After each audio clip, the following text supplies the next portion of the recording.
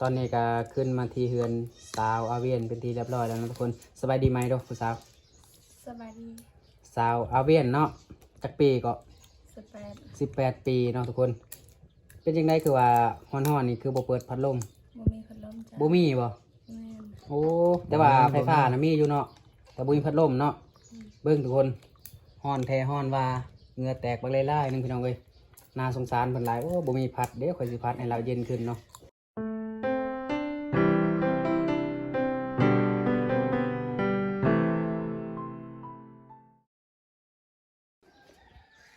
กาทักทายสบายดีพ่อแม่พี่น้องเมื่อทุกๆคนเลยเนาะ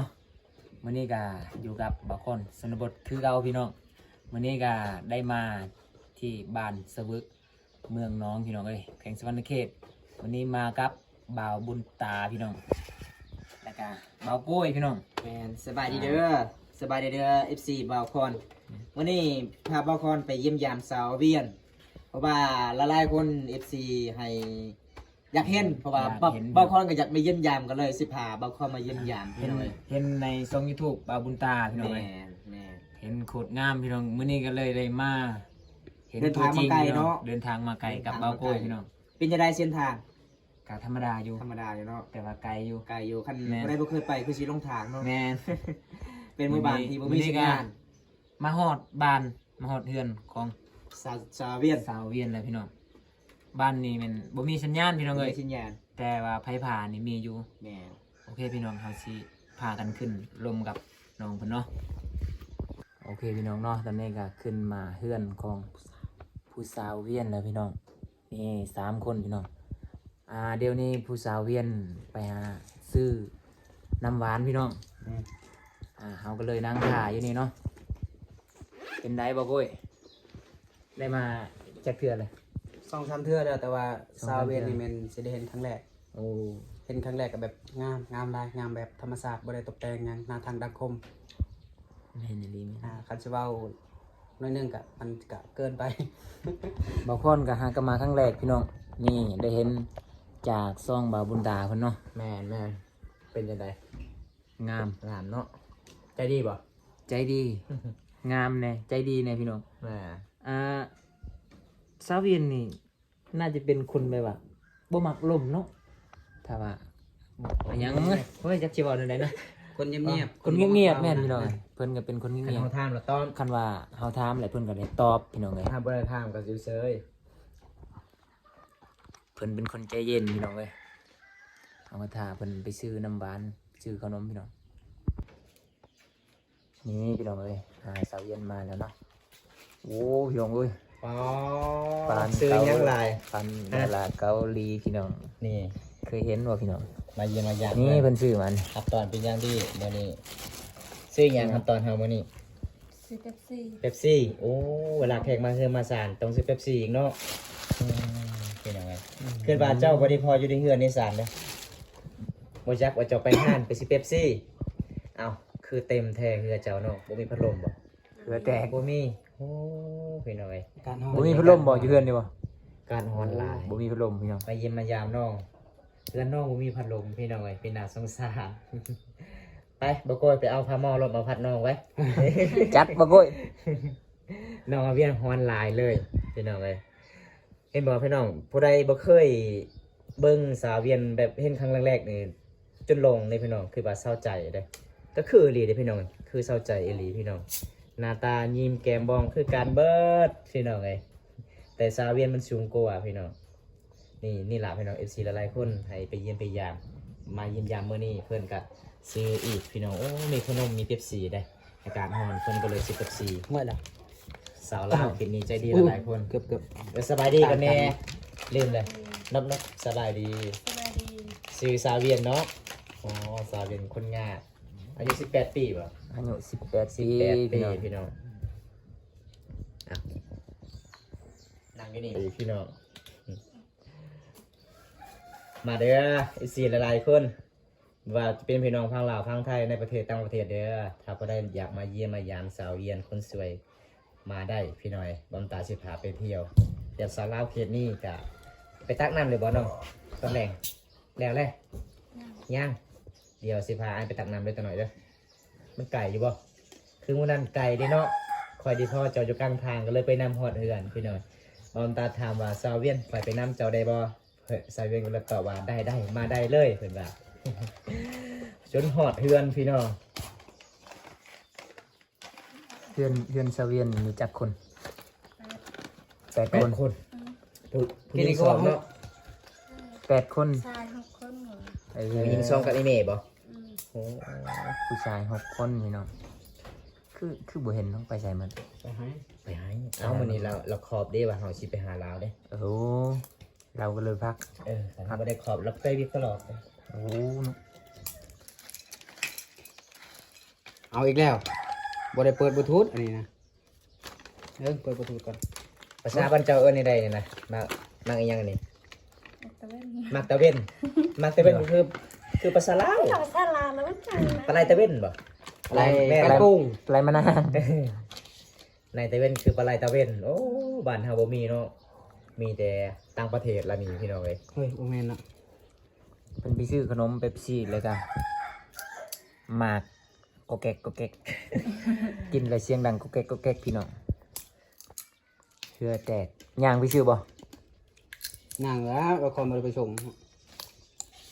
อ๋อถึกว่าเขารู้จักไว้ ก็แม่งว่าในเย็นล่ะจ้าครับ อืม จอยหนอบ่ โอ้แต่ว่าไฟฟ้านะมีอยู่เนาะแต่บุญพัดลมเนาะเบิ่งทุกคนฮ้อนแท้ฮ้อนว่าเหงื่อแตกบักไล่ๆนึงพี่น้องเอ้ยน่าสงสารเพิ่นหลายโอ้บ่มีพัดเด้ข่อยสิพัดให้เราเย็นขึ้นเนาะ เอาพมอรถ น่าสงสารพี่น้อง แม่น ไฟฟ้ามีแต่ว่าบ่มีพัดลม มี เนาะ พัดลม สาวเวียนจักปีก็ 18 18ปีแล้ว แต่ คือยังมีแฟน บ่มีแฟนพี่น้อง สิหาแฟนบ่ตอนนี้บ่ ค่อยกำลังสิถามว่าเป็นยัง18 ปีคือว่าบ่มีผู้บ่าวมาจีบ ยังโสดบ่เดี๋ยวนี้ ถ้าก็เปิดใจ18 ปีนี่บ่ โสดอยู่ ก็ เนาะ เลยยังบ่มีคนมาจับจอง แถวเขตชนบทของหมู่บ้านสุมเจ้านี่เวลาแบบผู้บ่าวมาลมกลางคืนนี่เขาลมอยู่ไสอยู่เฮือนบ่อยู่ว่าอยู่ตารางอยู่เฮือนเนาะเอ้าแล้วเวลาผู้บ่าวมานี่ลมอยู่ไสอยู่ห้องเลยบ่ ห้องก็ไล่ อยู่ห้องก็ได้บ่แล้วมันบ่คล่ำบ่ มาคลำตามประเพณี โอ้เข้าไปในห้องแล้วก็กอดได้เลย ได้คะแนนบ่ได้เฮ็ดหยัง ก็แกมซื่อๆเนาะ ถ้าแบบเฮาบ่ได้เฮ็ดแนวอื่นนะเฮากอดห้องแก้มนะได้เนาะ ได้ ไปพี่น้อง ไป ในเขต โอ้ยพิสูจน์ลงเบิ่ง ไปเฮาเบาบนตัง ในเขต กลับก่อน เมืงเนาะเวลามาลมผู้สาวแม่นสิเคาะประตูเข้าไปในห้องแล้วก็ถ้าผู้สาวเปิดแม่นเข้าไปในห้องแม่นกอดได้หอมได้พี่น้องแต่ว่าเฮ็ดแนวอื่นบ่ได้นอกจากผู้บ่าวเฮาเนาะผู้บ่าวผู้สาวกันแล้วก็แม่นไปทางอื่นเนาะก็หยอกเพื่อนก็บ่ได้คือเก่าแหละแต่ว่าเรื่องแบบค่าดองนี่แพงอยู่บ่เท่านี้นะจักล้าน 30 30 ล้าน30 ล้านนี่ก็คือแบบ 30 ล้านกี งัวควายหรือว่าไอ้หยังน่ะบ่มีบ่ บ่ ทางห้างบ่ ตั้งหาก ตั้ง ไก่ ห้าง ไก่ทางห้างเนาะ โอ้ 30ล้านก็คือคาดอง อืม เพราะว่าที่ลูกสาวที่อีเมเลี้ยงแต่น้อยจนใหญ่ เฉพาะค่าดอง30 ล้านแล้วมันมีหยังแน่แบบฮิตของเครื่องอยู่ของกินนี่นะมีงัวบ่ควายก็มีบ่ทั้งงัวทั้งควายพร้อม บ่ คันมีงัวล่ะบ่มีควาย โอ้ คันมีควายแล้วบ่มีงัวเนาะ เอามาหลายก็กินได้ เอามาลายก็กินลายเนาะ เออ แล้วแต่เบากู สำคัญ สิ ที่สุด เอา เขา มา จำก็คือ มันมีไก่กับหมูเนาะ ไก่หมูก็คือแบบอันนี้ แบ อันนี้มันเป็น ถ้าบ่มีควายบ่มีงัวต้องมีแบตัวหนึงก็มีเนาะได้เนาะโอ้ มันเป็นที่ทีนี้เนาะ แสดงว่างัวควายแม่นเอามาต้นรับให้ แม่นให้หมด พ่อแม่พี่น้องกินซื่อๆแม่นบ่ แม่นแล้วก็จำเฮ็ด โอ้ ตัวนั้น แต่ว่าฮิตนี่ต้องแบบหมู ต้องจำ ไก่เนาะ อ่า อืม ที่ต้องได้จำฮิตของประเพณีของบ้านเฮาพี่น้องของเผาบรูเผามังกรเนาะแต่ว่าแถวเขตชนบทของเซโปนมันก็จะแตกต่างหน่อยนึงเลยพี่น้องแต่ในเขตนี้แมนสีเข้ามาในห้องก็ได้เนาะแล้วเจ้าจะไปนอนอยู่ไซกลางคืนนะ ในห้อง อยู่เฮือนเองหรือบ่ เฮ็ดเองเลยครับ นอนกับใคร นั่นผู้เดียวน อนผู้เดียว บ่ได้เงาบ่กลางคืน ไม่ได้อยากเบิ่งโทรศัพท์ เอ คือว่า คือ แล้ว คือบ่ไปนอนนำกันกับหมู่ครูเด้ซะ แล้วเขามีผู้บ่าวด้วยสินะ เออ โอ้ เออเจ้า ผู้เดียวแหละนั่นเดียวใครเนี่ย แม่นพี่น้องแม่นแม่นแม่น เจ้ายังโสดล่ะนอนอยู่เฮือนตัวเองอืม ถ้าไปนอนกับหมู่ในถ้าผู้บ่าว ของหมู่มาแล้วก็เข้าไปกับผู้บ่าวแล้วเขานอนผู้เดียวก็เหงาเลยเนาะเห็นก็ไปกับคนอื่นเนาะเอ้ย อยากไปกันแล้วเนาะเอ็นโมไป บ่แบบคันเฮานอนหลับแล้วบ่ฮู้สึกบ่ฮู้เขาไปเล่นสบายนี่แบบยังบ่ได้นอนเขาไปฮะ เขาพากันไปเนาะบ่ ข้า คักเนาะ ไป อืม ต่อหน้าต่อตาเลยเออ ถ้าหากว่าผู้บ่าวสิจีบนี่จีบได้ทางใด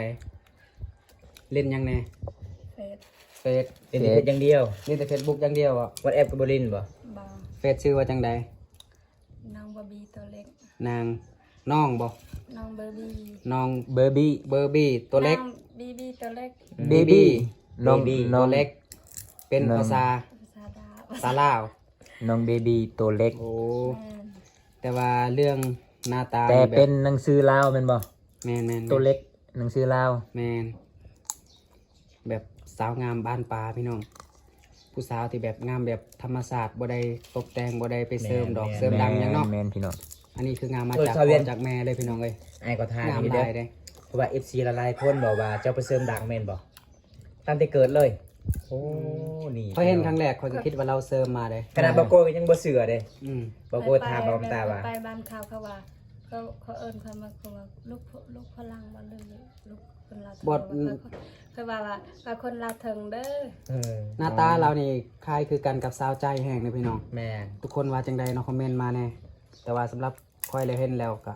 คล้ายคือกันกับสาวใจแห้งเนาะ คือ แต่ กัน ว่า เลย ติที่ว่าแบบหุ้มห้างแบบหุ้มห้างของเรานี่หุ้นของเราแบบจอยๆนิดนึงแต่ว่าสาวใจเป็นคนอวบๆเนาะเตี้ยๆอันนี้นะคนสูงจ้อย แต่ว่าเรื่องหน้าตาบ่ตาดังปากอันยังคือกันหมดเลยเด้พี่น้อง คิวคือกัน แม่นคือกันหมดเลยเด้ อืม งามเนาะ เป็นผู้หญิงก็คือกัน ผู้หญิง ผู้หญิงคือกัน เป็ นี่ น แหละ ผู้ชายเนาะ อืมบ่แม่น หยอกพี่น้อง แฝดกัน หยอก บ่ บอกกล้วย เหมือนพาแฝดกันบ่ บ่ ฮู้จักเราอยู่บ่ บ่ฮู้จัก บูจักบ่เคยเห็นซำเนาะแต่ว่าบ่แม่นเด้พี่น้อง อันนี้ก็คือแฝดคนละผ้าเนาะคนละบ้านคนละเมืองพี่น้องเอ้ย อันนี้คือชุมพามังกรเด้ แม่นอันนี้ชนเผ่ามังกร สาวใจคือชนเผ่าตรี สาวใจน่ะชนเผ่าตรีพี่น้อง แต่ว่างามงามคือกันเบิดทั้งนี้ก็งามทั้งนั้นก็งามพี่น้อง อันนี้คือเป็นนางเอกซองของบ่าวบุญตาก็ว่าได้เนาะเพราะว่าบ่าวบุญตามาอัปเดตวิถีชีวิตของสาวอาเวียนตลอดเนาะ แมน เป็นสาวงามพี่น้องสาวงาม เบิ่งเวลา ติดตามไปเด้อ FC หลายๆคนเด้อ แขกมาเฮือนเราก็สินั่งพับเพียบว่าจังใดเนาะแม่ เพราะว่าบัมตากับสิทายน้องจนน้องสิเอาพัวแม่นแท้บอกเขาดอง30 ล้าน อัปเดตจนน้องเอาพัวเลยพี่น้อง มื้อนี้นะพ่อแม่ไปใส่เบิด ไปสั่งให้ ไปสักเขาให้ยังบ่แล้วบ่ ยังมาเลย ไกลบ่ให้นะ ใกล้ อยู่ภูบ่น้องเอ้าบางคนผู้สาวนี่ไปนอนอยู่ภูเลยก็มีบ่เขาไปสักให้ เขาไปมี พ่อแม่ไปซักให้ โอ้เขาไป ไป กัด เพิ่นอยู่ เนาะ เรือนแม่นบ่ เวลาไปให้นี่ขี่รถจักรไปบ่หรือว่ายังไป ยัง ย่างเอ้า โอ้กะว่าจักชั่วโมงไปฮอดให้ สมองหนึ่ง ชั่วโมง ชั่วโมงหนึง ว้าตัว เป็นภูเลยเนาะหมู่บ้านเจ้าเฮ็ดให้เนาะเพราะว่าหมู่บ้านน้องติดกับตีนภูเขา เป็นอะไรรถจักรไปบ่ได้หรือว่า เส้นทางยาก ได้อยู่แต่ว่ามันยากบ่ มันยาก หรือว่าบ่มีรถจักร บ่ อ๋อ ได้ยาก บ่ได้ยากบ่ จักรคันเดียวให้น้องที เออ ให้น้องขี่รถจักรเพิ่นย่างพี่น้อง เจ้าบ่ย่านบ่ผู้บ่าวรัดอยู่ข้างทางจนย่างผู้เดียว ยังหลายอยู่เนาะยังบ่แล้วสักเขาให้เนาะ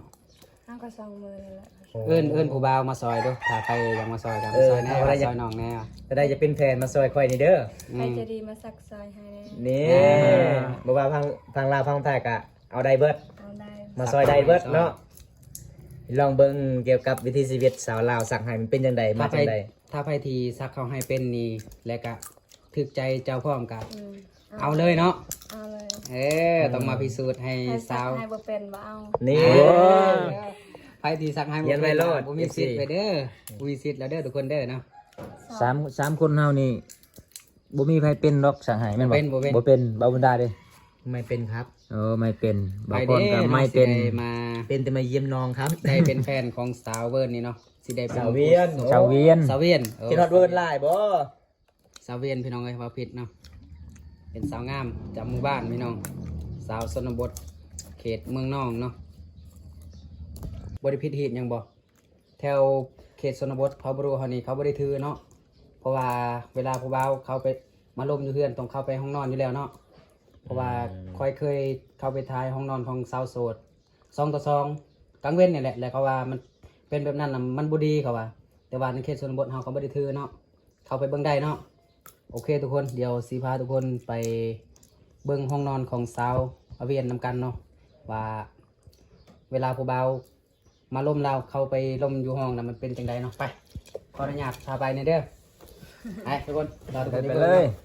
เพราะว่าเขามามื้อนี้แม่น3 คน 4 คนเนาะมากับพี่ย่างคนเลยขออนุญาตเด้อ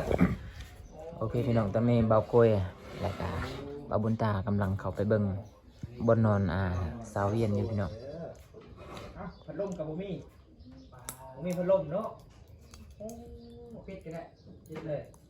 ปิดก็ได้เลยเดี๋ยวโฆษณาได้เนี่ย ปิดเลยนะไป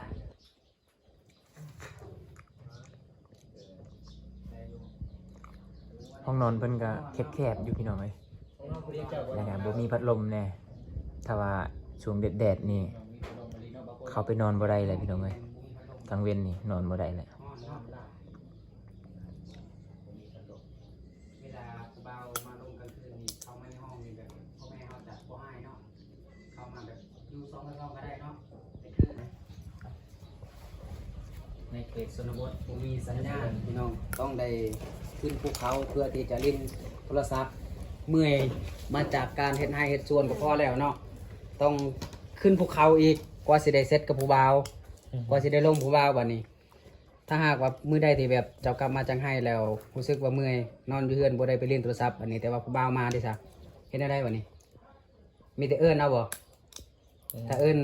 ตอบแล้วก็เอิ้นขึ้นเฮือนเข้าห้องเลย ฮู้จักกันพาสิเอิ้นทุก แม่ ทีเนาะ เออ ต้องรู้จักกันก่อนเนาะ แม่น เอาสมมุติว่าเขามาแล้วเขาก็ถามคนอยู่บ้านนี่ได้ว่าอยู่ไสเฮือนผู้สาวนอนเนาะเขาก็บอกว่าเฮือนนี้ก็มีผู้สาว แล้วเขาก็เอิ้นบัดนี้ผู้สาว หมู่ในบ้านนี่พาไปกินพาไปขึ้นไปเล่น โอ้ถ้าคนในบ้านนี่บ่ได้พามากะบ่กล้าเนาะบ่กล้าล่มเนาะเพราะว่าเฮาบ่ฮู้จักกันเนาะ แม่น พี่น้องก็ประมาณนี้แหละ ในเขตชนบทค่าดองกับบ่แพงพี่น้องเว้ย30 ล้านกีบคือแต่งเมื่อเลย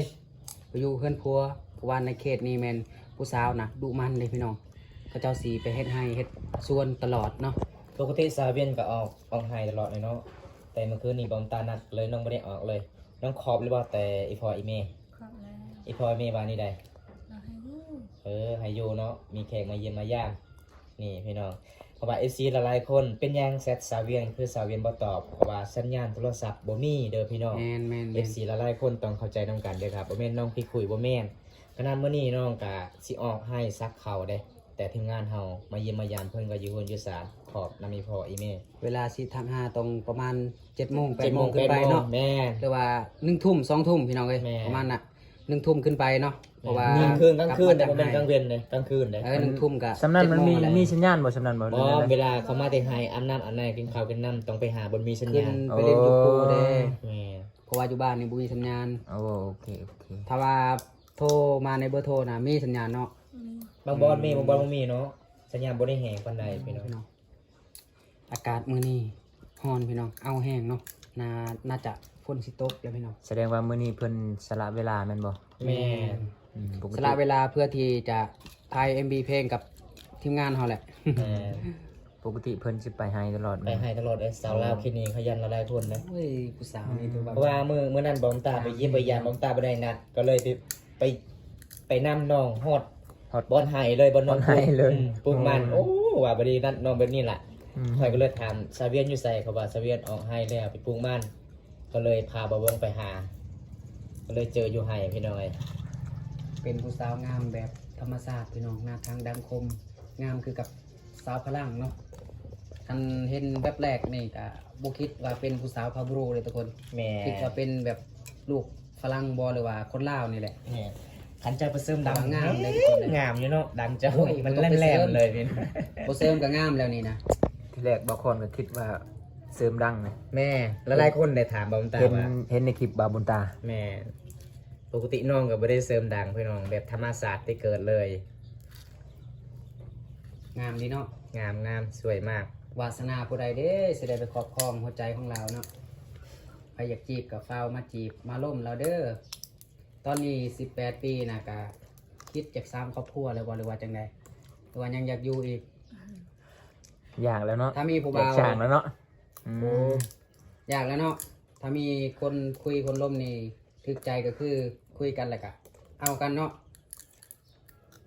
บ่ซาเวียนสมมุติว่าคือเฮาไปหาน้องตลอดแบบนี้อีพ่อแม่เจ้าบ่ได้หายบ่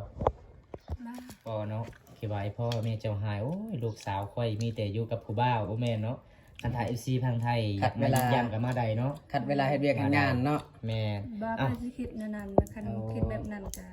คนบ่ฮู้จักบ่ฮู้ความ อ๋อแสดงว่าไอ้พ่อไอ้แม่เจ้าก็ใจดีหลายเนาะเมื่อนั้นบอมตามายิ้มยามครั้งแรกๆไอ้พ่อจะว่าจะยอมเข้าให้บอมตาเด้อโอ้ยพี่น้องไอ้พ่อก็เมาในเนาะมื้อนั้นเนาะก็เลยคอยตอบว่าอิ่มแล้วกินข้าวกินน้ำแล้วพี่น้องเอ้ย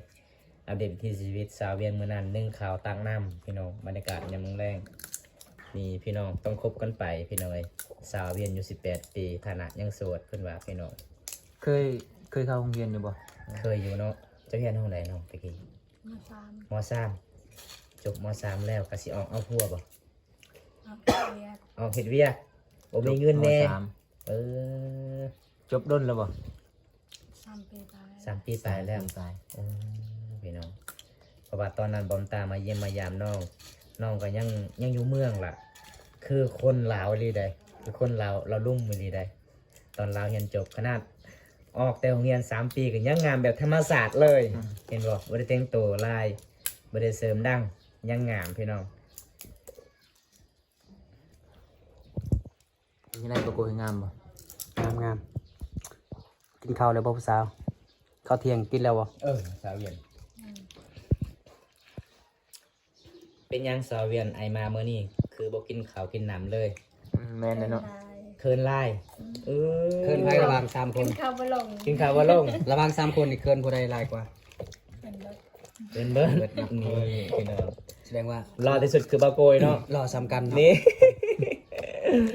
ต่างคนต่างเคินพี่น้อง แมน ขอให้เคินและให้จ้องหน้ากับผู้สาวอีกเนาะ หลังจากเขามาแต่แสดง MV แล้วเฮาก็นั่งลิ้นพักผ่อนอยู่เฮือนน้องเลยเพราะว่าน้องก็อดข้าวอดน้ำยังบ่ทันกินข้าวเที่ยงตอนนี้เวลา1 โมงแล้วพี่น้องเอ้ยเพราะว่าน้องก็พักเวียกมื้อนี้พี่น้องพอนะมีพออีแม่เด้ปกติผู้สาวหลายๆคนยังเวียกยังงานนี่โอ้ยเวลาเฮามายิ้มยามผู้ใดก็บ่ได้สนใจแต่สาวเวียนเพิ่นอยู่ใดพี่น้องเพิ่นทาอยู่เฮือนเลยมื้อนี้พี่น้องเอ้ย เพิ่นชละเวลา แมน วันนี้ก็ได้มาเห็นตัวจริงเลยพี่น้องเลยโอ้ย งาม โค คื ต อ รงามเลย สาวพลังเนาะ แม่น สาวพลังยังอันนี้ ก่อนเดินก็ขอบใจบ่าวบุญตา ที่ว่า ขอบใจ ชวน หลายๆเช่น บ่า กั วน คอนบ่าวโก้ยมาเห็นผู้สาวงามพี่น้องถ้าว่า ที่หานางเอก MV ให้ แม่นถ้าว่าบ่มีบ่าวบุญตาบ่าวคอนกับบ่าวโก้ยก็ บอดเนาะ คือสิมาบ่ฮอดพี่น้อง อันนี้นะบ่แม่นคนเลยนี่นางฟ้า นะ นางฟ้าตกมาจากสวรรค์ แต่ดันมาเจอพระเอกเป็นมาวัดสามโอ้ยเนาะ งามไม่เลยพี่น้องเลยบ่าวคอนก็บ่จักแนวสิเว้าเลย มีแต่จับโทรศัพท์ถ่ายให้ FC เบิ่งซื่อๆพี่น้อง เวลาเราถ่ายนี่เรากลับไปฮอดเฮือนนะเวลาเราตัดคลิปเราสิไปอยู่ป่าบ่ได้พี่น้องเราอยู่เฮือน